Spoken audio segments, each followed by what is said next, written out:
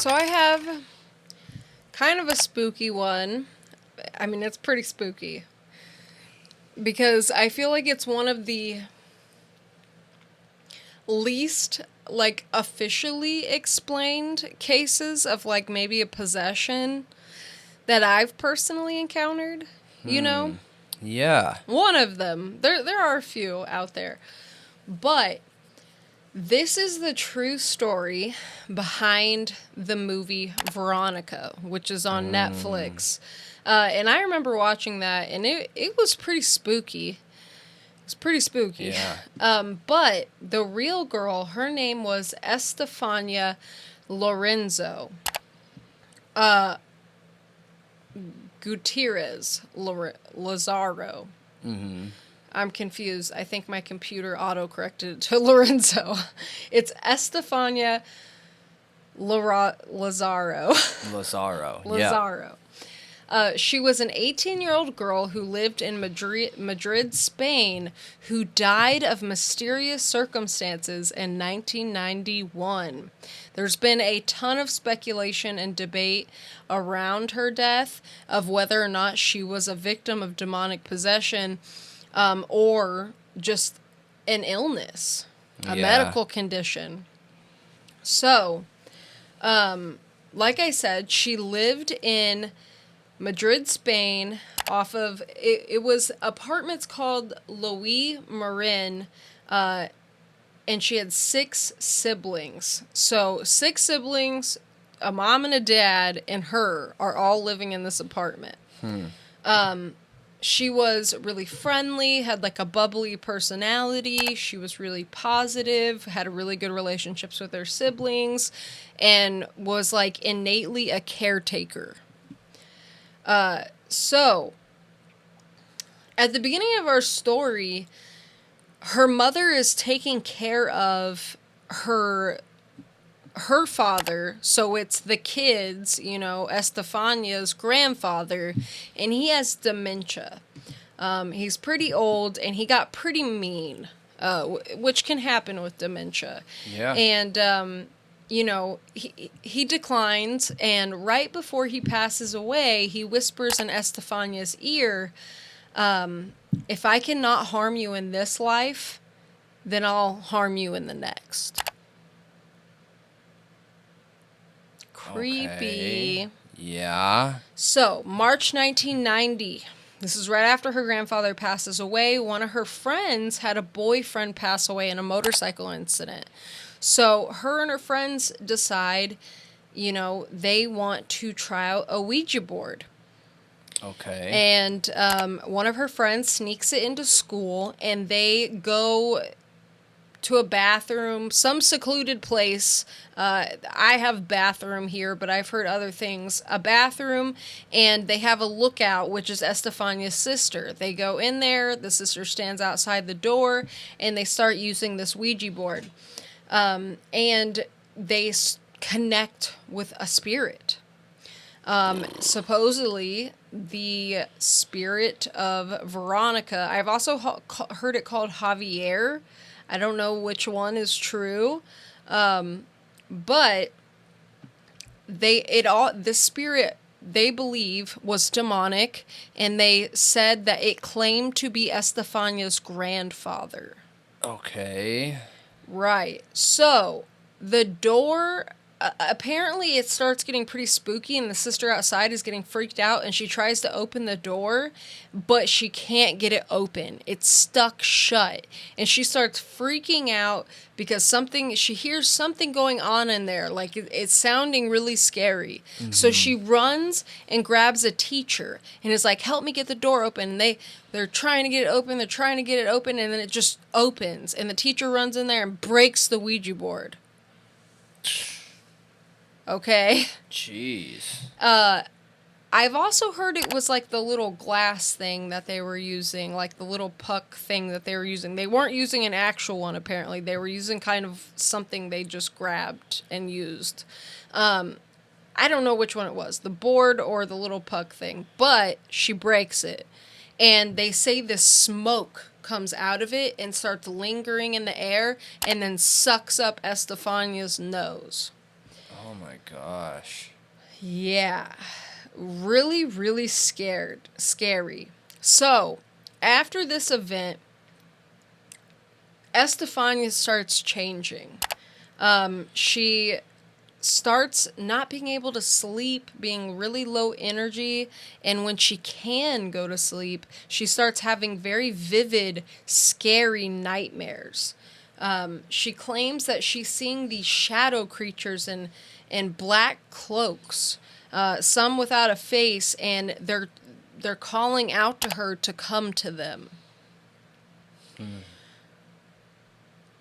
So she starts also falling in these like trance-like states where she just is sitting and staring, and at some points laughing. Okay. She said that she had at one of these times where she falls in this trance-like state, when she wakes up and comes to, she says that she saw these shadow people standing in a circle, shaking hands with each other, and when she got closer, they started saying, "Come to me," like "come to me" in this circle. I heard them described as like almost like monks. But she starts speaking in these strange foreign languages that her parents can't understand, and even starts attacking her siblings, which is super unlike her. And then it just keeps progressing, and she starts having seizures. Now, her mom had seizures as well, but didn't have any, supposedly, of any of these symptoms with, like, hallucinations or anything like that. She just had seizures. Like, no other symptoms the way Estefania did. Her parents, are getting kind of freaked out with all this going on, so they take her to a doctor. She sees 4 different specialists, and nothing they're doing is helping. Sure. They give her some medications. Nothing's helping. Nothing's working. They can't figure out, like, what are these symptoms? Like, yes, this looks like epilepsy, but you have all these other symptoms that don't fit with that. Like, what is going on here? They don't know. They can't figure it out. So, things continue to escalate, and things in the house start moving. Freaky. Right. Like, doors start slamming randomly, furniture starts moving, siblings are getting shoved and thrown against walls. Even at one point, the youngest little, like, baby, their crib gets shooken at night. And Estefania shared a room with her sister.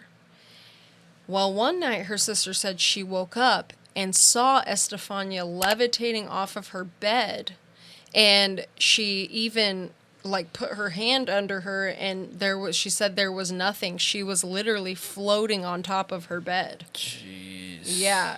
So then everybody starts seeing these shadow figures. What? Everybody in the whole family starts seeing them, and they notice that it's way worse in the dark. Like, if it's nighttime and they were to flip on a light, things would get better. But as long as they're in the dark, it is way worse. So, Estefania at one point goes in the bathroom one day to go iron her clothes, and she starts screaming, so her mom runs in there and is like, "What is going on?" And she said the iron started turning on by itself, and then the door slammed shut on them, and they both start screaming. And so the dad runs to the bathroom and starts trying to get the door open, and he's like, "What is going on?" Like trying to open the door because they're clearly in danger or in trouble or scared, and the door just randomly opens by itself. None of this is making sense to any of them. And, that was the experience in the father's mind that really stuck out to him, because he was super skeptical of all of it the whole time. But when that happened, he couldn't explain it. And it scared him. Yeah. So, apparently the mom starts calling people over, like friends, family, neighbors. And apparently a bunch of people confirmed they saw the shadow figures when they went in their home, and that they even got things thrown at them. So it was in the home. Yeah. Jeez. Yeah. So that's what's really strange about this case, is how many people, even at one point, police officers experienced the same thing going in this home. So, eventually, Estefania is in such bad shape, and she starts saying things like she wants a picture buried of her and her father in her coffin with her when she passes. And the mom's, tells her, Estefania, you're not dying, you're going to be fine. And Estefania says, if you don't do what I requested you to do, I will come back to haunt you. Oh, gosh. Yeah. She's continuing to get worse. The seizures are getting worse and worse. And there's 2 accounts of police coming, okay? So apparently one night, her boyfriend, Estefania's boyfriend, comes by to visit, and they play with a Ouija board. And apparently Estefania's upset, and he tells the spirit to take him instead.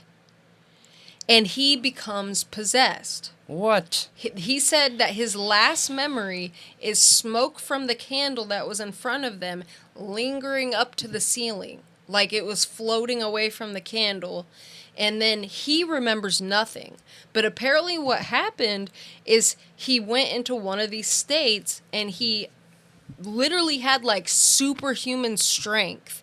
They called 911, and the cops come over there and are so freaked out by him. At one point, they threatened to shoot him. Oh my gosh. Because he's like hulking out.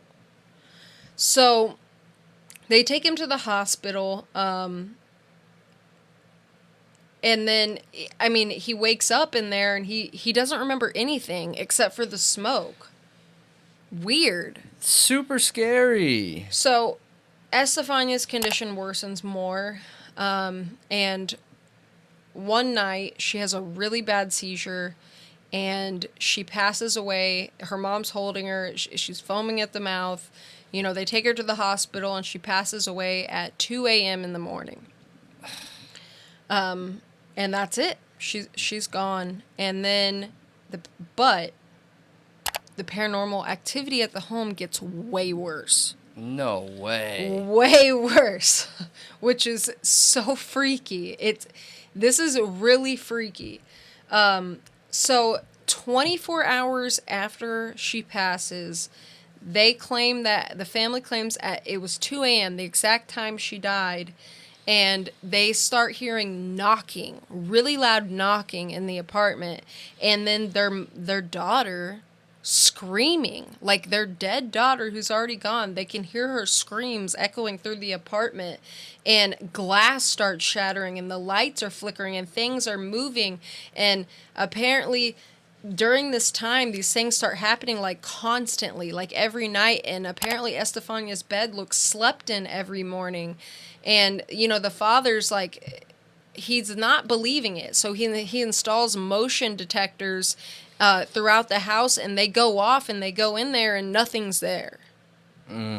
So the mom at one point says at night when she's sleeping, she feels icy hands all over her body, pulls down the blankets, nothing's there. They hear Estefania calling them throughout the house, and it gets even worse. They start having crosses invert and scratches along the walls, and it's just an old man laughing. Like, could that be the grandpa? I don't know. Could it be Estefania and the grandpa? No, I don't think so. Even say we were to think about this as a reality, and this girl really did die, okay? Now, whether the paranormal stuff or not is real, I don't know, but this girl truly did pass away. Yeah. And it was mysterious circumstances, and there are real police reports about this. Yeah. Real accounts, there research, documentaries, all kinds of things. So, some people have confirmed it. Some people have said they don't think anything's there. I don't know. But even her siblings, Estefania's siblings, are getting pulled apparently by their wrists and slammed against walls out of their beds. Like, literally, they're going to sleep, and they get yanked by their arms and thrown against a wall. Gosh. That's terrifying. The dad even says one time he was playing with his son in his lap, and all of a sudden he gets the son somehow gets picked up and thrown off of his lap. Jeez. So the family's terrified. They decide we're all sleeping in the living room together, and they barricade the bathroom door, like the back hallway door, and they literally just barricade it with a bunch of furniture, and they say a wind comes through and just blows it open after they just barricaded it. Yeah, right? So they start looking for help, and an investigator comes in called Tristan Breaker and tells them that their bathroom is an interdimensional portal, and he believes that they're being haunted by the demon Crapula. Okay. Or Crapola. Crapula or Crapola. Out of a bathroom? All right. But the mom really believes him. Like, really believes him. So it's worse. The family's even more freaked out now that they feel like they have this confirmation of the demon Crapola haunting them. And it's worse. Things are worse. And one night, it gets really bad, and they call the police. The police come over to well, first of all, the 911 dispatcher's like, I don't believe you, and is thinking, these parents are drunk. And they start asking the kids. They're like, well, let me talk to your son. And every single person in the family confirms this is what's happening. So the cops come over, and they come take a look. And they're like, they look around, they're like, nothing's wrong. And the mom's like, well, you're not going to see anything until we turn the lights off. And they're like, okay, turn the lights off. They turn the lights off, and they experience the same thing that's been going on. They said they start seeing shadow figures. Things are getting thrown. Like, it's crazy. I don't know. The police said they truly experienced this. So a cop quickly turns a light back on, pretty quick, because they're hearing all this loud banging and seeing these shadows, and they're all freaked out. So they start checking around the house. They're like, where is this banging coming from? Well, a few things happen, like a cop gets something thrown at him, a wardrobe door almost hits one, and then they go back in the living room. They're like, well, we don't know where it's coming from, but, like, something's kind of weird around here. And they find in the living room coffee table a brown slime that wasn't there before. But they didn't take a sample of it. It was crapola? Crapola. Oh. Yep, exactly. So some of the cops actually end up leaving, and one stays, and I believe his name is Jose, and he goes in the bathroom because the mom tells him about the bathroom, and he said it's icy cold in there, and then things get kind of crazy again for a minute, and a cross inverts, and things get thrown, and there's a claw mark across the wall, and the cop writes up his report and said there is no explanation for what's going on at this house. And it is the first and only police report about anything like this in Spain's history. Weird, right? Super strange. So here's another thing to mention. We're almost to the end of this story, but on All Saints Day, apparently the mom picks up a picture of Estefania and it burns up in her hands.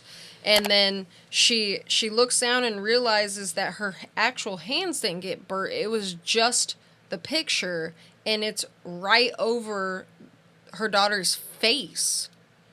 Like right in the center. Really weird, right? So the family starts learning how to live with this. They even start using the bathroom again, sleeping in their own bedrooms, and they start having some, like, researchers come out to investigate. Some researchers apparently picked up voices on audio telling them to leave. And then October 1996... del abuelo y la mayor de sus hijas. Nosotros estuvimos en la casa y asistimos al momento en el que la medium entra en trance y es supuestamente poseída por los espíritus. Chus Morán recogió ese momento. En casa de la familia Gutiérrez se viene manifestando la presencia de espíritus desde que el abuelo murió y expresó como último deseo hacer la vida imposible a la familia desde el más allá. El abuelo había mantenido discrepancias con Concepción, su hija, por motivos económicos. A esta se vino a sumar otra muerte, la de Estefanía, la hija mayor de los Gutiérrez, que falleció el año pasado de forma inexplicable. Según el parte forense, Estefanía murió por asfixia pulmonar de manera súbita y sospechosa. Además, la niña, que contaba 14 años, solía jugar con la ouija, práctica considerada peligrosa para los expertos en parapsicología. Me echaba espuma por la boca, por la nariz, lo que sea, la ha poseído a mi hija. Mi hija ha sido poseída. A partir de la muerte del abuelo y de la niña, dos posibles espíritus salen y entran por el cuarto de baño de la que era habitación de Estefanía, un espacio que hoy está cerrado e inutilizado. Además, en el domicilio se escuchan ruidos extraños, los electrodomésticos se ponen solos en funcionamiento, aparece de vez en cuando una silueta humana y una especie de bola atraviesa el largo pasillo. El grupo de parapsicólogos Unidad Cero está investigando el caso y han obtenido algunas psicofonías como esta.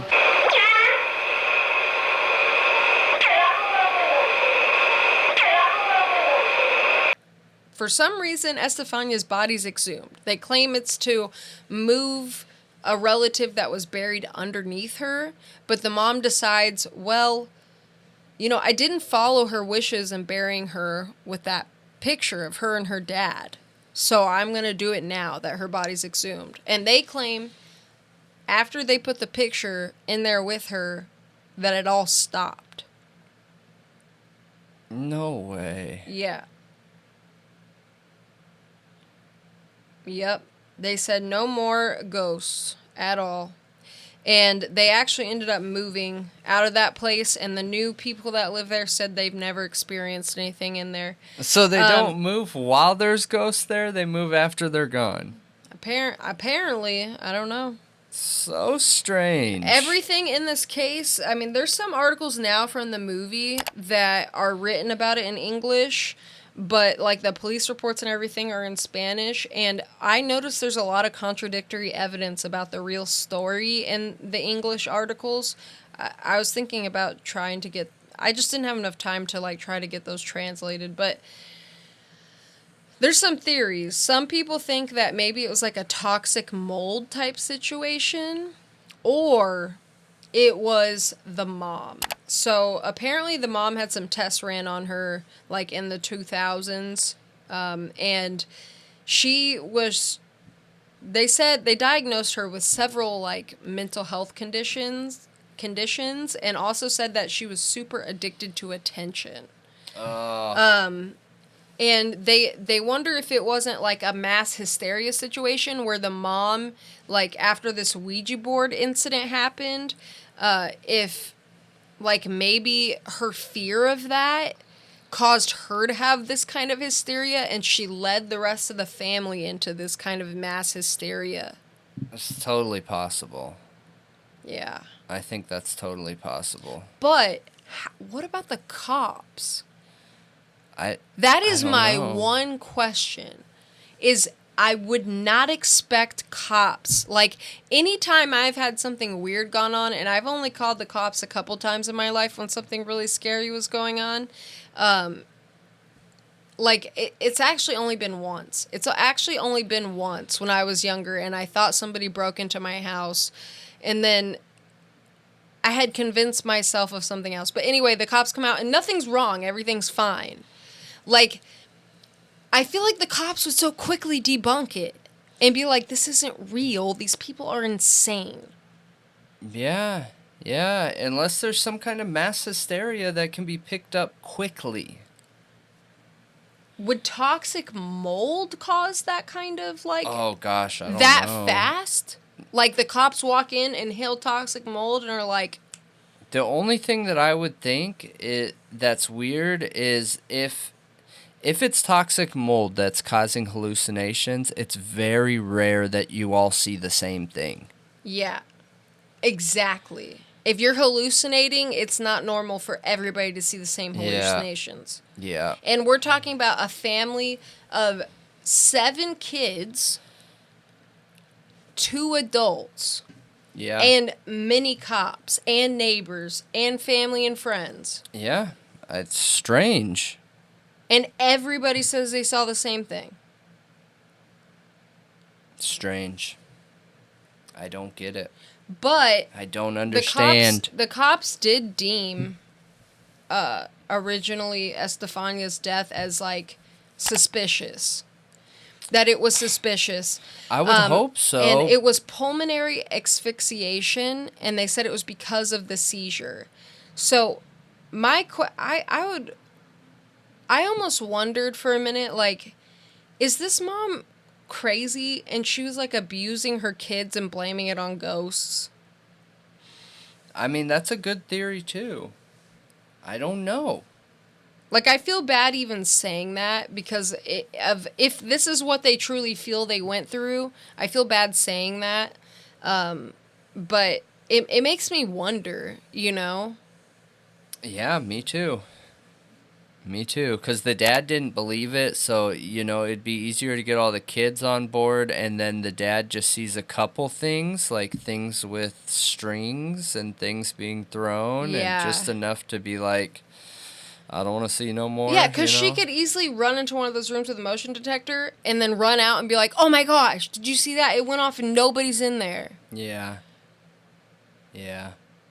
I don't know. And it's just hiding for abuse. Yeah. Maybe. But that would be absolutely insane. Yeah. And we've seen more insane things. And that still doesn't explain the cops seeing it. Unless she had this whole charade set up in her house, like booby traps everywhere. Like, I can touch this and this will happen. And like, yeah. You know what I mean? Yeah, I got a master remote in my pocket. But there's been books written about this. There's been little documentaries and the Veronica movie on Netflix. I don't know. I just wonder about this girl's death. Like, is it untreated epilepsy? Is it another condition that we just don't know what it is that was untreated? Or was this real? It's so hard to say. I don't know. It's strange. Mass hysteria is really strange. It is. If that is what it was, it's real. It is real. Yeah. But no, I'm curious what other people have heard, because we don't dive into the ghost stories very often, but know that a lot of our viewers are like real into the ghost stories, like investigate them. I mean, take a serious interest in them. So I'm curious if anyone's heard of it. Yeah. Or know things, or have seen research, or, you know what I mean? I've seen people go deeper into this story than I did just now. Yeah. People have gone pretty deep into it. So I'm interested to learn more about it. I really want to see what the police report is translated to English. Yeah. Me too. But yeah, I hope you enjoyed the spooky story, or tragic story, because it's actually real. I don't know, it's a movie. Like, the first impression I had it was a movie, and that thing was pretty scary, man. Yeah. It was pretty scary. You know, there were people going was. around saying they couldn't even finish it. It freaked them out so bad. Do you remember watching that movie? I think you saw it too. I think so. Yeah. But, yeah. Let us know what you think, if you have any more information on the case. Because I do know we have a lot of viewers that are super into ghost stories. But yeah, let us know. We always want the input. yeah. And that's it.